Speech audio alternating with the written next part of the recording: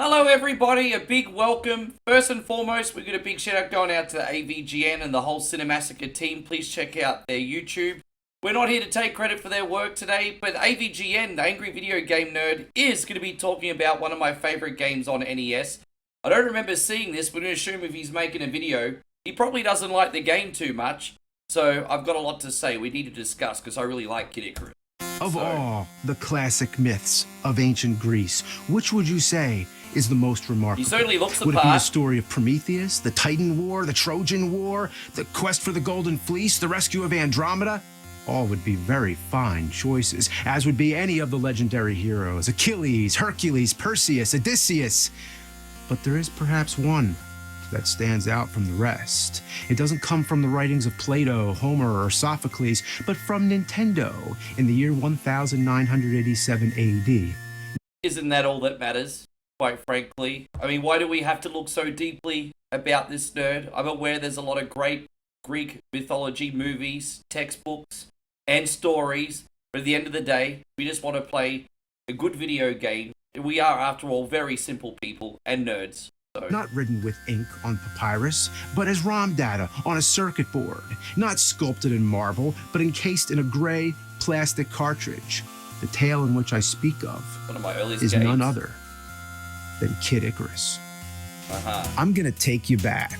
No, I mean way back to the... It was pretty far back, actually, because I remember when I first got the NES, you'd have all those black box games, you know, like Kung Fu, Excite Bike, Golf, Super Mario Brothers, and then the next batch after that was kind of like the Silver Box series, and that was when soon after I remember getting games like Metroid and Kid Icarus and things like that. I don't know if the original Castlevania was in that bunch as well, but I was like, okay, things are heating up and getting a little bit interesting here. It was nice to get games that kind of got a little bit more sophisticated at that point of view. Anyway. Early days of the NES library. Think of it like the family tree of the Greek gods. There was the era of the primordials, followed by the Titans, and then the Olympians. The NES itself had its own primordial age, the black box games as we call them, because they all had that same uniform box art with those distinct pixelated characters that looked just like their in-game counterparts. These games were simpler to play. They were more arcade style, some of them being actual arcade ports like Donkey Kong, Mario Brothers, Kung Fu, and Popeye. Of course, you know, and they were always very, very good for what they are, and I feel like we are digressing from Kid Icarus a little bit. But yeah, as I said, once you got to Kid Icarus and Metroid, the games were more sophisticated, and so it was just like, you know, they started opening some eyes, I think, for the first time in Nintendo. Don't get me wrong, I think some of the single experience games like Donkey Kong and all that were great. But considering at the time, and especially when Nintendo first came out, they were charging those still at full near retail price of what you would get for a much better game later on. It kind of, it just sort of felt, I guess you could say without a better term, sort of like the law of diminishing returns after a while. Can't forget Gyromite, since that game required a robotic operating buddy. Let's not dwell on that again. But without a doubt, the most prolific game of that launch was Super Mario Brothers, which would change the course of gaming history.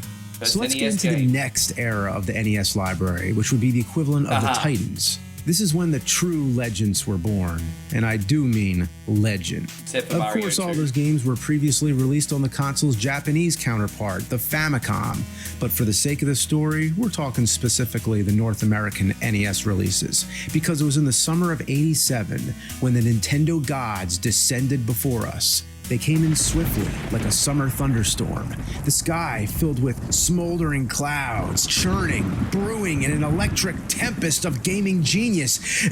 And before we continue, I don't think you guys in North America know just how lucky you had it. You might be like, oh, we had to get these games an extra 6 months to a year after Japan. Boo-hoo! I don't think we got Legend of Zelda. Now, I could be wrong. Any Aussies, please let me know. But I don't think we got that until the late 80s. Or so late 88 or early 1989. That's at least when I remember getting a hold of a copy to play for the first time anyway.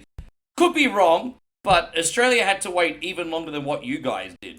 And then the clouds opened up and the golden rays of heaven shined upon us, and out from the rays floating down came 3 games: Zelda, Rejoice, Metroid, Hallelujah. Kid Icarus. Well, how would I describe that one? Well, I think the best way to sum it up would be with a very famous quote from the great mathematician, astronomer, inventor Archimedes. In his most famous publication, as he so wisely put it, in those immortal words, fuck it.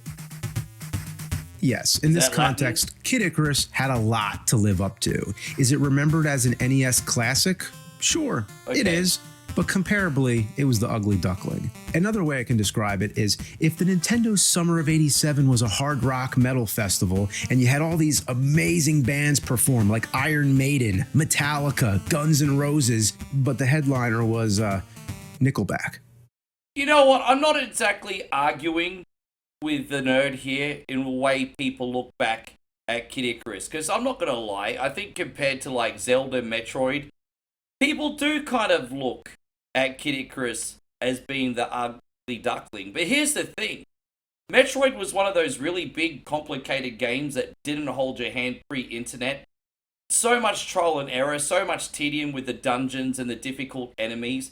You always get stuck, not knowing where to go, and you just be pulling your hair out, even though it felt like a big adventure. Kid Icarus was a little bit more linear. Sure, it was tough, but at least it was structured in a way where, for the most part, you knew exactly where you needed to be. I don't understand why there wasn't more hate for Metroid, but not the hate for Kid Icarus, if that makes sense, because they were both difficult in their own right, and both fun to play when you figured them out, so I just never understood. Just think, after we first popped in Legend of Zelda and first took control of the elf-like hero Zelda, oh wait, that's Link. And then we fired up Metroid, playing as the armored suit space warrior, Metroid. Oh wait, that's Samus. Don't kid yourself. If you're as old as me, be honest. Did you know right away? Didn't you skip those opening prologues and ignore the manuals before you eventually found out the real names?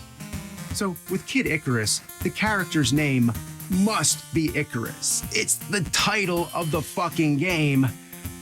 Well, guess what? It's Pit. Yeah. I never understood why wasn't that, the game called actually. Kid Pit? I guess it has sort of a shitty ring to it. We'll make a great movie. Actually, I think I understand why he was called Pit. I mean, look, I think they always wanted to call the character Pit, but I think the reason the game is called Kid Icarus is wasn't Kid Icarus about that... I've forgotten what the dad's name, forgive me, is, but there's that Legend of the Wax Wings where, like, the father and son escape the prison because they make wax wings while they're locked up. And then the dad's like, okay, you can escape, enjoy flight, but don't go too far to the sun or your wings will melt and you'll fall to your doom and to your death. And so he was Icarus, and what he did was he got too cocky, flew close to the sun, the wings melted, and he fell.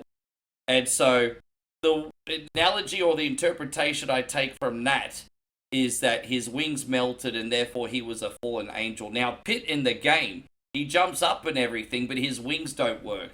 Icarus's wings no longer work, so I'm going to assume that's where the link is. But, yeah, I don't know. Pit, starring Brad Pitt. Common sense. Well, the original Japanese title translates to Light Myth, Palutena's Mirror. But for whatever reason, they changed it to Kid Icarus. What's the big idea confusing us like that? Those motherfuckers. But not like Oedipus. That guy was the original motherfucker. Anyway, the name Icarus comes from the story of King Minos, who built a labyrinth and put a monster in it called the Minotaur. The idea of labyrinths with monsters has probably influenced more video games than we can even begin to count. Anyway, to build the labyrinth, Minos used an architect by the name of Daedalus, like the Neo Geo Daedalus, which converts your arcade MVS Neo Geo cartridges to play on your AES Neo Geo console. The son of Daedalus was named Icarus, who he crafted a pair of wings for to escape his very own labyrinth that Minos imprisoned them in. The fate of Icarus was rather tragic, as he flew too high to the sun, melted his wings, and fell into the sea. With highs and lows, it's very similar to the fate of this game. It sits on a high pedestal, along with all the other highly appraised NES antiques. But has it aged like fine wine? Or has it spoiled into vinegar? Yeah, well, you know what, AVGN, we get it. You don't like the game. What I'd like to see you do now is play the damn thing so we could walk through each level together, and I could tell you where I 100% disagree with you on everything. I think. I get it. The game is hard. I just don't know what universe Kid Icarus is not a good game. Let's uncork this bastard and find out. So the nature of this game is simple. It's a 2D action platformer where you go around shooting enemies while collecting power-ups. Not much to explain. It has only 4 stages, though it's so difficult and grueling it feels more like 50. You're underpowered with a short-range arrow attack. Yeah, Pit sucks. You know what, this is one of those games that starts off harder and gets easier, and unfortunately I feel like some of those old NES games in general had one of those like weird difficulty curves where the games were harder in the beginning. The thing with Kid Icarus is when you play this game, you go along eventually collecting power-ups, weapons, so you'll have a stronger arrow, for example. Eventually when you have enough points, you'll get a bigger health meter, you can get barrels, you can hold like health reserves in advance. And once you get that all sorted out, the game becomes a lot easier.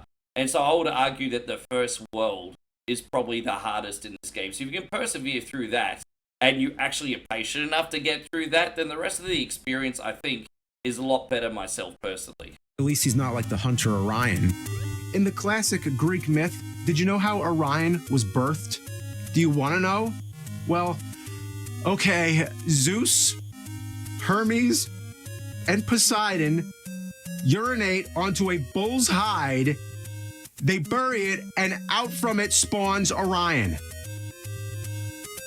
Imagine if your entire existence came from getting pissed on, not just being pissed on, but pissed on by a god, not just by a god, but by 3 gods. Psst, that'd be the most epic golden shower ever. Wow, holy shit. More like holy piss!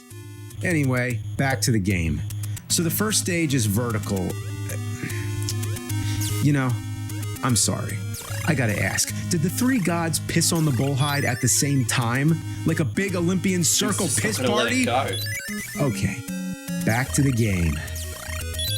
Okay, so another thing I really like about Kid Icarus before he continues is it's a pretty linear game and deceptively short. One thing I will agree about is the fact that it was so difficult. It gave the illusion of being so much bigger than what it is. I mean, after all, there was only 4 levels after all. So, you got 3 stages, then a dungeon, 3 stages, then a dungeon, 3 stages, then a dungeon, then the final standalone level. So it's actually quite short. But what I loved is you have, like, vertical levels, side-scrolling levels, dungeon crawling levels, and then that big sort of like flying level at the end. No spoilers, but it just gave you the illusion, this game, especially for its time period in 1986, which is impressive, that you're on just one big epic journey, one big epic quest. And so I just love that about this game. I used to play this at Metroid, and to be fair, Metroid was the really big open sort of like ended have a look around Metroidvania Discovery type of game. But this felt like an epic quest, I felt, in my personal opinion, because of clever level design.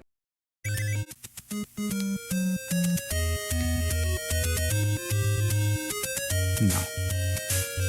Boy, you don't even want to know about the Egyptian myths.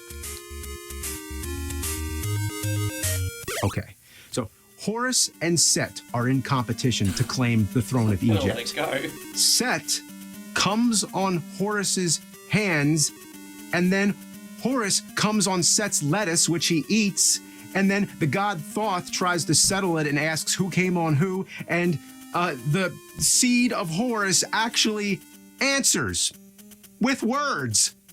The crazy thing is, I'm not making this up. The ancient Egyptians did. Yeah, man, you thought going all the way back, those stories would be more intellectual than what we have nowadays? No, those gods were pissing and coming on each other all the time. 3,000 years later, Mike Judge creates Beavis and Butthead. Nothing's changed. Anyway, let's start over. So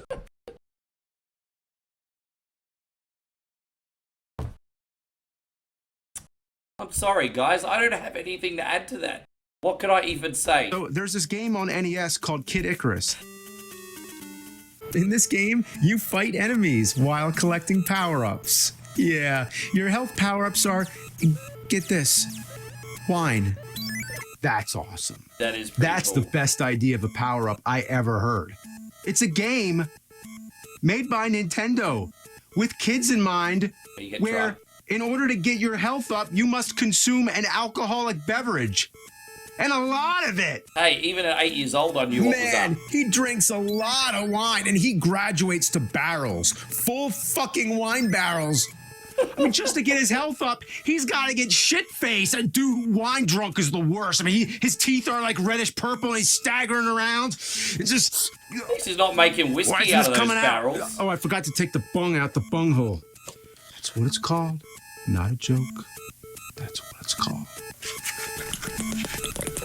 And whenever you see wine, you better get it. You think you could go in that door and then come back and it'll still be there? Of course it isn't. Where's my fucking wine? Don't take my fucking wine away! You know what? That's a fair call. That's always annoying when you go into a hovel and then you come out and the wine's not there. The reason I'll agree with him on that is because a lot of the hovels at Kid Icarus have like those little mouse-looking things flying all over the place. Forgive me, I can't remember what they're called. And you'll kind of need to do a lot of those like mini boss hovels, like dungeon thingies, whatever they're called, in order to collect power-ups, or I should say currency. Hearts are currency in this game. You'll probably harp on about how that's weird too.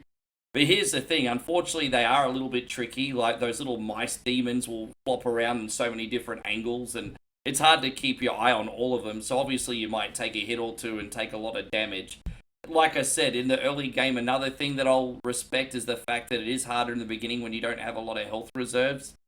And so, yeah, it would be handy to have the wine waiting outside after you've done some demon hunting and some grinding for money. Look, you know what? He's right about this one. That's all I'll say. So if the wine is health, what are the hearts?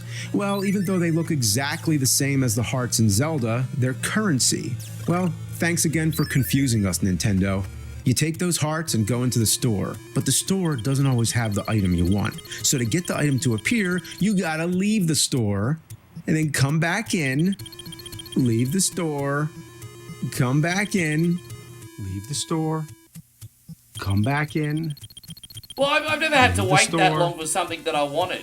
Come back in. But, you know, when you're doing the dungeons, he's in one of the dungeons right now. I can't remember which one off the top of my head, but you need to... They are a little bit confusing, finding which way you need to go and stuff. And you can buy items in there, like a pencil and a map and things like that. So, kind of like in Zelda, when you get the map and the compass, except you have to buy those things in Kid Icarus, which is a little bit annoying.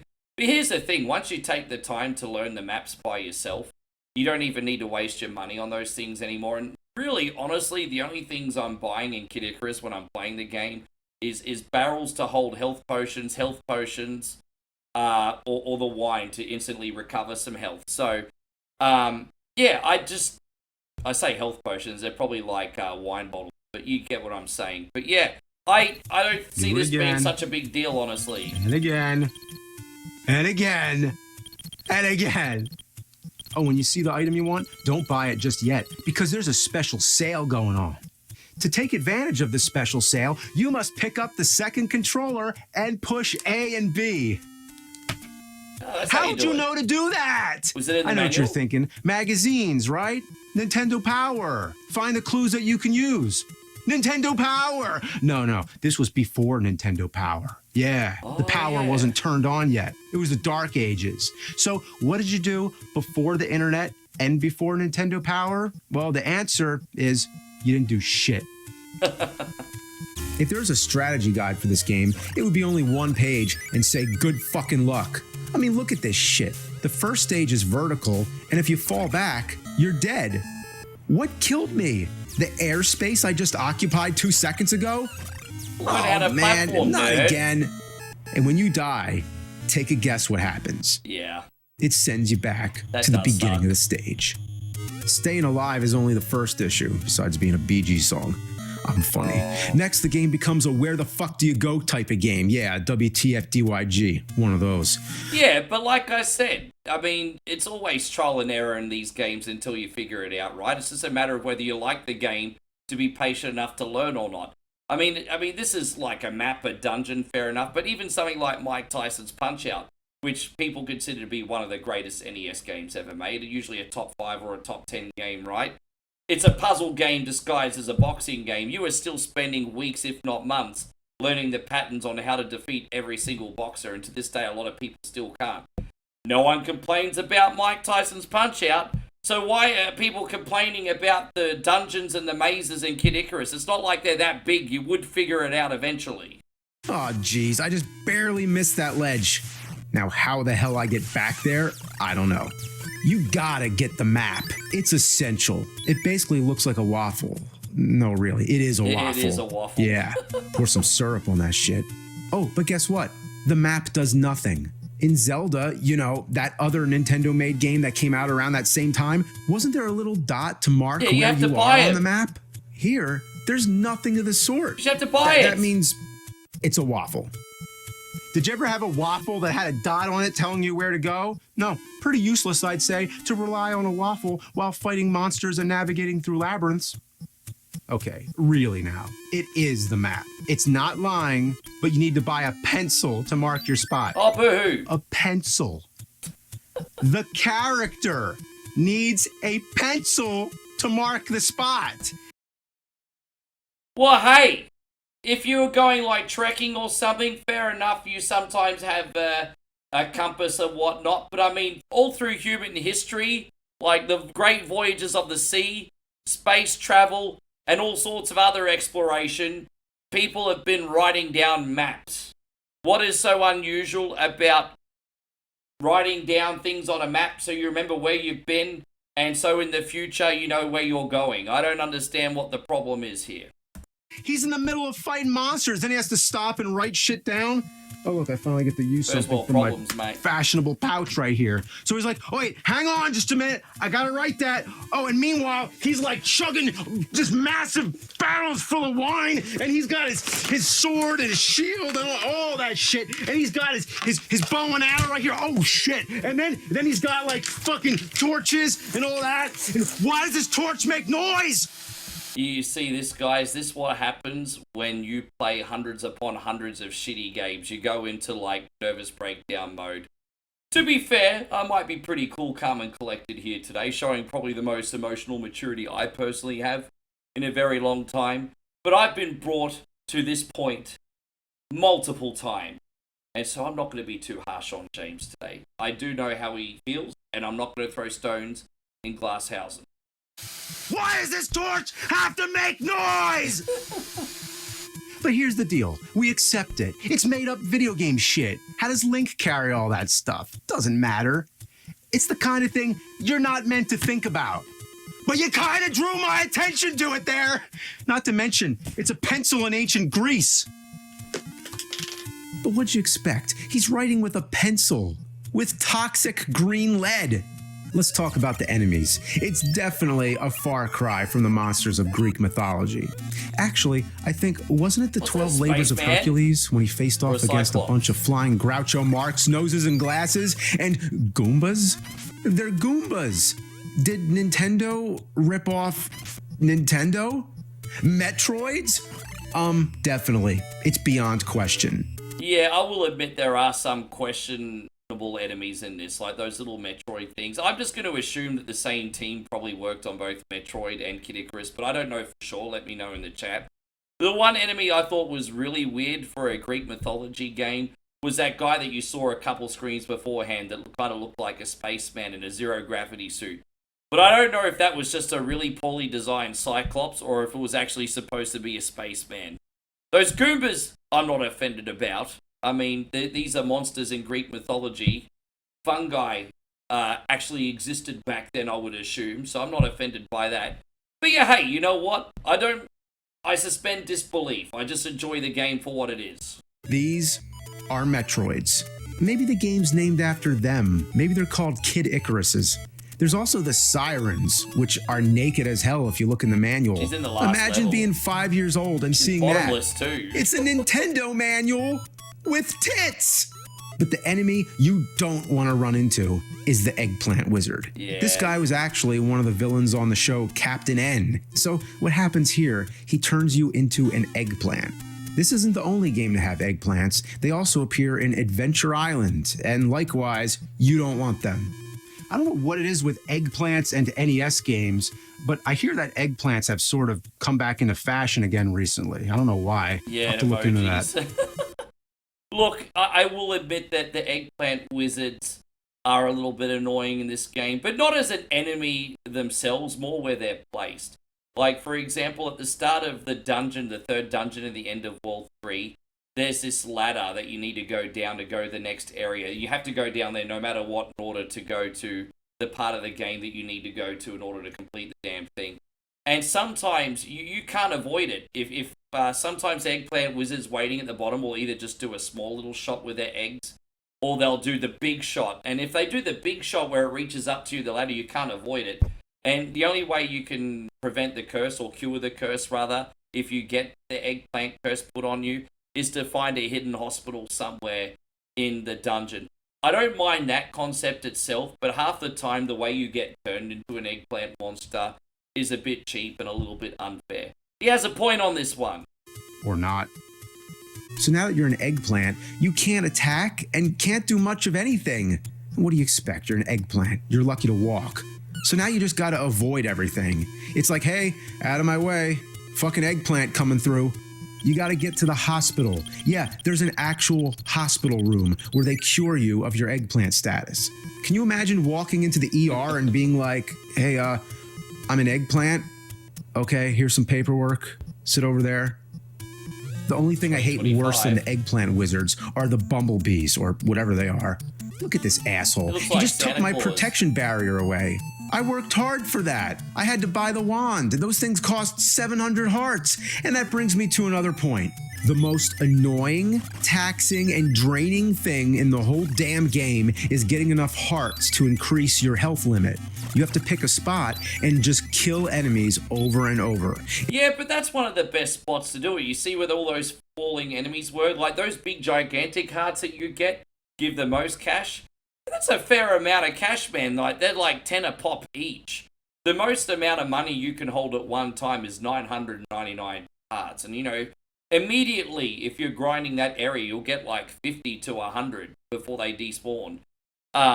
You know, you could strategically grind for hearts in this game, and it doesn't take you too far out of your convenience zone, I don't personally think. But everyone's threshold is different, I guess. In fact, you better do it on level 1, because if you don't, your health meter will be so minuscule, you won't last on the later stages. I'm not messing around. I'm saying you better get 999 hearts before even thinking about moving forward. It's mandatory. And is that fun? Is that what you want to do? I don't agree. Nowadays they call this farming. I wonder who came up with that one. Farming? I mean, look, fair enough. I have a lot more experience in Kid Icarus than other people, so I could be on that mindset of, well, you know how you get really good at a game to the point where you forget how hard it was to learn that game because it's like riding a bike in second nature? Maybe that's kind of what Kid Icarus is like for me these days. So, I usually find when I'm playing Kid Icarus, as long as by the first dungeon I've just gotten an extra health box, I don't need to grind too long, just the few required enemies and just go about my business, and then by the time I'm at the game's end, I have all the health that I need. But I can also understand if people are playing the game for the first time, they need all the backup they can get, so I guess it depends. On Nerd Farms, we take pride in growing weapons and health items for your gaming needs. We work with the most fertile ground where purple snakes respawn, delivering fresh to your character's inventory and health meter. Whether it be slices of pizza for your reptilian green friends or boomerangs for your purple bat-suited hero, we raise the finest free-range turkey legs for your vampire whipping adventures. We're proud of the quality of our purple glowing orbs to keep you charged during those alien planet excursions. Direct from the land, we make our own blue shimmering capsules for your robot blasting escapades. This ain't just power-ups. This is family. This is America. I don't have anything else to add. I just love this. I don't know how difficult it was to put all this in the video, but what a great filmmaker. A seal of quality. Another term I hear a lot is grinding. You're not getting a skip for that one. A few other random things. The password system goes by the term sacred words. Never seen that one before, but I sure have some sacred words to say about this game. The bonus rooms have some weird rules. When you shoot the barrels and reveal the items, you can't touch the item or else it sends you out of the room. And if you expose the bad guy, call it the god of poverty in the manual, then same thing. You don't get any items. You get nothing. You lose. Good day, sir. So basically, you gotta cash out before you find that guy. Kind of like a press your luck round. Big bucks, no god of poverty. Don't hit the whammy. Along the way, you spend a lot of time freeing soldiers, or centurions as they're called in the manual. You know what? I will say this about the centurion. So there's an item in this game that you have to collect, which is the mallet.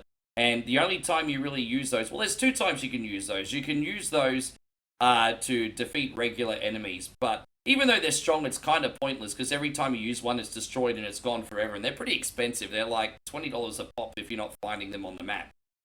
You can also get them with the harps, and they'll turn enemies into hammers, but I digress. But the centurions, they're used to help you kind of like as little bodyguards against the bosses and stuff to give you extra firepower. I mean, they're so fragile and useless. They'll die when they're instantly hit, and you would think that they're so useless, a simple paper cut would just bring them to their doom, you know what I mean? So, yeah, they're annoying. You're almost better off not even bothering. They've been turned to stone by Medusa, but after you've collected them, they fly around and help you out.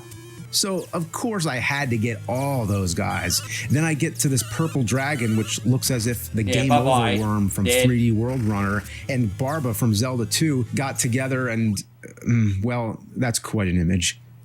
Anyway, no fear, the Centurions are going to help me.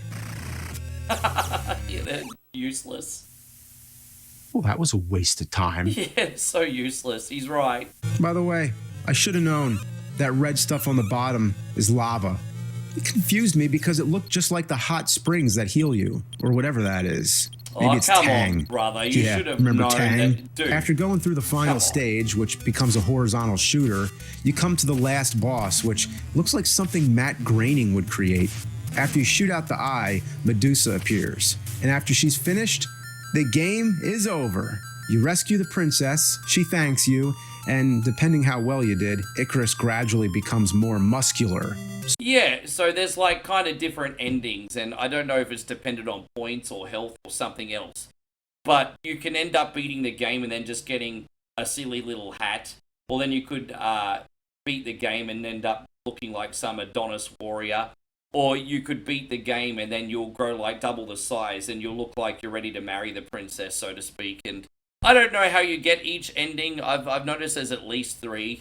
Sort of like in Metroid, where Samus wears less clothes.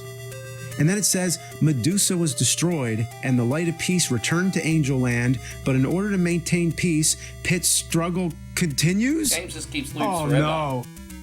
There's a second loop? Well, I'm not playing that shit again. Well, hang on a minute. I just think the game loops forever, because I think I did about 3 or 4 of them in my childhood until I was like, okay, well, you could just keep playing this game as much as you want.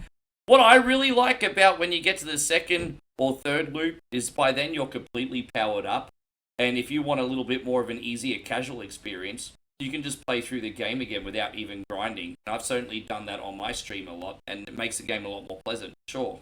Kid Icarus? More like Kid Icarus! I'd rather have a Cyclops take a big cycloptic shit all over my head while Medusa freezes me into stone, preserving the moment for all eternity.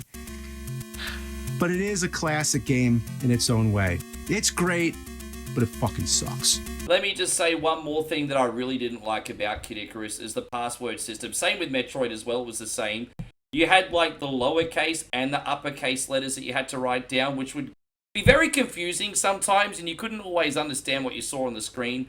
I remember one time I got to the second last level. I think it was the Pandora boss in the 3rd dungeon right before the last level. And Dad was like, I want to watch the TV, son. And paraphrasing a little bit. And I was like, Dad, can you please write the password down for me? I've never been this far before because I needed to go have a shower. I was like 8. And he's like, okay, I'll write it down for you. And so he wrote it down, not taking into account lowercase letters, uppercase letters. So I tried to put in the password about 5 times until it didn't fucking work the next day. And it took me another couple weeks to get back to where I was in that time period. So yes, I didn't like the password system. If all the system ancient either. video game heroes had constellations, I would say Icarus or Pit deserves a spot. Oddly, with all the Greek constellations, there never was an Icarus. It was only in 2018 when a distant star was discovered and named Icarus. At 14 billion light years away, it's speculated that it took so long for the light to reach Earth that the star has likely burned out by now. So to see it would literally be to look back into the past. And that sums up this game's legacy. It shined bright in its glory days, and you can still relive those days through nostalgic memory. I induct this game into the Cosmic Nerd Hall of Fame. So next time you look up to the night sky, think of Icarus. That was really, really, really cool. And hey, guys, please make sure you're checking out Cinemassacre on their YouTube page. They have so many wonderful videos, and that's such an understatement. Not taking any credit for work here. I'm just a big fan of the nerd. He reviews a game I like from time to time, and I just wanted to have my say. So thank you very much for watching. I appreciate you guys. I hope you like this commentary, and we'll see you on the next one. Take care, everybody.